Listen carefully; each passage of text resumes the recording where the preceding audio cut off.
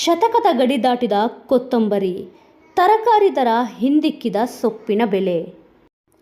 ದಿನನಿತ್ಯ ಬಳಕೆಯ ಕೊತ್ತಂಬರಿ ಸೊಪ್ಪಿನ ದರ ದಿಢೀರ್ ಏರಿಕೆಯಾಗಿದೆ. ಕಳೆದೆರಡು ವಾರದಿಂದ ಕಂತೆ ಕೊತ್ತಂಬರಿಗೆ 60ರಿಂದ 80 ರೂಪಾಯಿ ದರವಿತ್ತು.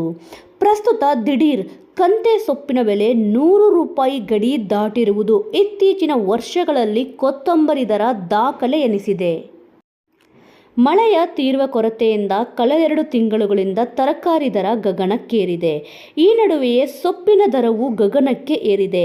ತರಕಾರಿಯೊಂದಿಗೆ ಸೊಪ್ಪಿನ ದರವು ಪೈಪೋಟಿಗೆ ಬಿದ್ದಿತ್ತು. ಈಗ ತರಕಾರಿ ದರವನ್ನು ಸೊಪ್ಪಿನ ದರ ಹಿಂದಿಕ್ಕಿದ್ದು ಚಿಲ್ಲರೆ ಮಾರಾಟಗಾರರು ಹೈನುಗಾರರಾಗಿದ್ದಾರೆ. ಕೊತ್ತಂಬರಿ ಸೊಪ್ಪಿನ ಖರೀದಿಸುವ ಗ್ರಾಹಕರು ಚಿಂತೆಗೆ ಬೀಳುವಂತಾಗಿದೆ. ಸಾಮಾನ್ಯ ದಿನಗಳಲ್ಲಿ 5ರಿಂದ 10 ರೂಪಾಯಿಗೆ ಹಿಡಿ ಸೊಪ್ಪು ಸಿಗುತ್ತಿತ್ತು. ಈಗ ಚಿಲ್ಲರೆಯಾಗಿ ಕೊತ್ತಂಬರಿ ಸಿಗುವುದಿಲ್ಲ.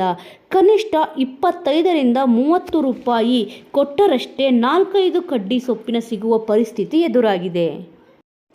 ವಾರದಿಂದ ವರುಣನ ಆರ್ಭಟ ಜೋರಾಗಿದ್ದು ಬಿರುಸು ಮಳೆಗೆ ಕೊತ್ತಂಬರಿ ಫಸಲು ನಾಶವಾಗಿದೆ. ಕಳೆದೆರಡು ತಿಂಗಳುಗಳಿಂದ ಬಿಸಿಲಿನ ತಾಪಮಾನ ಮಿತಿಮೀರಿತ್ತು. ಗ್ರಾಮಾಂತರ ಜಿಲ್ಲೆಯಲ್ಲಿ ಗರಿಷ್ಠ ತಾಪಮಾನ 39 ಡಿಗ್ರಿ ಸೆಲ್ಸಿಯಸ್ವರೆಗೆ ತಲುಪಿತ್ತು. ಮಳೆಯ ತೀವ್ರ ಕೊರತೆ ಹಾಗೂ ಬಿಸಿಲಿನ ತಾಪಕ್ಕೆ ಬಹುತೇಕ ಬೆಳೆಗಾರರು ಸೊಪ್ಪನ್ನು ಬೆಳೆಯಲು ಹಿಂದೇಟು ಹಾಕಿದ್ದರು. ನಂತರ ಮಳೆ ಆರಂಭವಾದ ದಿನಗಳಲ್ಲಿ ಮತ್ತೆ ಬೆಳೆಗಾರರು ಜಮೀನು ಹದಗೊಳಿಸಿ ಸೊಪ್ಪನ್ನು ಬೆಳೆಯಲು ಮುಂದಾದರು. ಈ ಹೊತ್ತಿನಲ್ಲೇ ದಾಖಲೆ ಮಳೆ ಸುರಿದು ಸೊಪ್ಪಿನ ಬೆಳೆ ಜಮೀನುಗಳಲ್ಲೇ ಕೊಳೆಯಲಾರಂಭಿಸಿದೆ. ಇದರಿಂದ ಎಲ್ಲ ಬಗೆಯ ಸೊಪ್ಪಿನ ದರ ಗಗನಕ್ಕೇರಿದೆ. ಇದರ ನಡುವೆ ಬಹು ಅವಶ್ಯಕತೆಯಾಗಿರುವ ಕೊತ್ತಂಬರಿ ಸೊಪ್ಪಿನ ದರ ಎಲ್ಲ ತರಕಾರಿ ಹಾಗೂ ಇನ್ನಿತರ ಸೊಪ್ಪಿನ ದರವನ್ನು ಹಿಂದಿಕ್ಕಿದೆ. ತರಕಾರಿ ಬೆಳೆಗಳ ಬಿಸಿ ಏರಿಕೆ ನಡುವೆಯೇ ಸೊಪ್ಪಿನ ಬೆಲೆಯು ದುಬಾರಿಯಾಗಿದ್ದು ಗ್ರಾಹಕರ ಜೇಬು ಸುಡುವಂತಾಗಿದೆ. ಅದರಲ್ಲೂ ಬಹುಬೇಡಿಕೆಯ ಕೊತ್ತಂಬರಿ ಸೊಪ್ಪಿನ ದರ ಗಗನಕ್ಕೇರಿದೆ. ಗ್ರಾಹಕರಿಗೆ ತಲೆ ಬಿಸಿಯಾಗಿದೆ. ಮೇ ತಿಂಗಳ ಆರಂಭದಲ್ಲಿ ಬಿಸಿಲಿನ ತಾಪಮಾನ ಹಾಗೂ ಮಳೆ ಕೊರತೆ ಕಾರಣದಿಂದ ಸೊಪ್ಪಿನ ದರ ಏರಿಕೆಯಾಗಿತ್ತು. ಈ ರೀತಿ ಆದ ಕಾರಣ ಹೋಟೆಲ್ ಉದ್ಯಮಕ್ಕೂ ಪೆಟ್ಟು. ಗ್ರಾಹಕರಿಗಷ್ಟೇ ಅಲ್ಲದೆ ಹೋಟೆಲ್ ಮತ್ತಿತರ ಆಹಾರ ಉದ್ಯಮಕ್ಕೂ ದೊಡ್ಡ ಪೆಟ್ಟು ಬಿದ್ದಿದೆ. ಪಾನಿಪುರಿ, ವಡೆ, ಬೋಂಡ ವ್ಯಾಪಾರಿಗಳು ಕಂಗಾಲಾಗಿದ್ದಾರೆ. ಇಷ್ಟು ದುಬಾರಿ ಹಣ ತೆತ್ತು ಅಷ್ಟೇ ದರದಲ್ಲಿ ಗ್ರಾಹಕರಿಗೆ ತಿಂಡಿ ತಿನಿಸು ಪೂರೈಸುವ ಸವಾಲಿನ ಕೆಲಸವಾಗಿದೆ. ಮಾಂಸಾಹಾರಿ ಹೋಟೆಲ್ ಸೇರಿ ಎಲ್ಲ ಬಗೆಯ ಹೋಟೆಲ್ನವರಿಗೆ ಕೊತ್ತಂಬರಿ ಸೊಪ್ಪಿನ ಬಿಸಿ ತುಪ್ಪವಾಗಿ ಪರಿಗಣಿಸಿದೆ.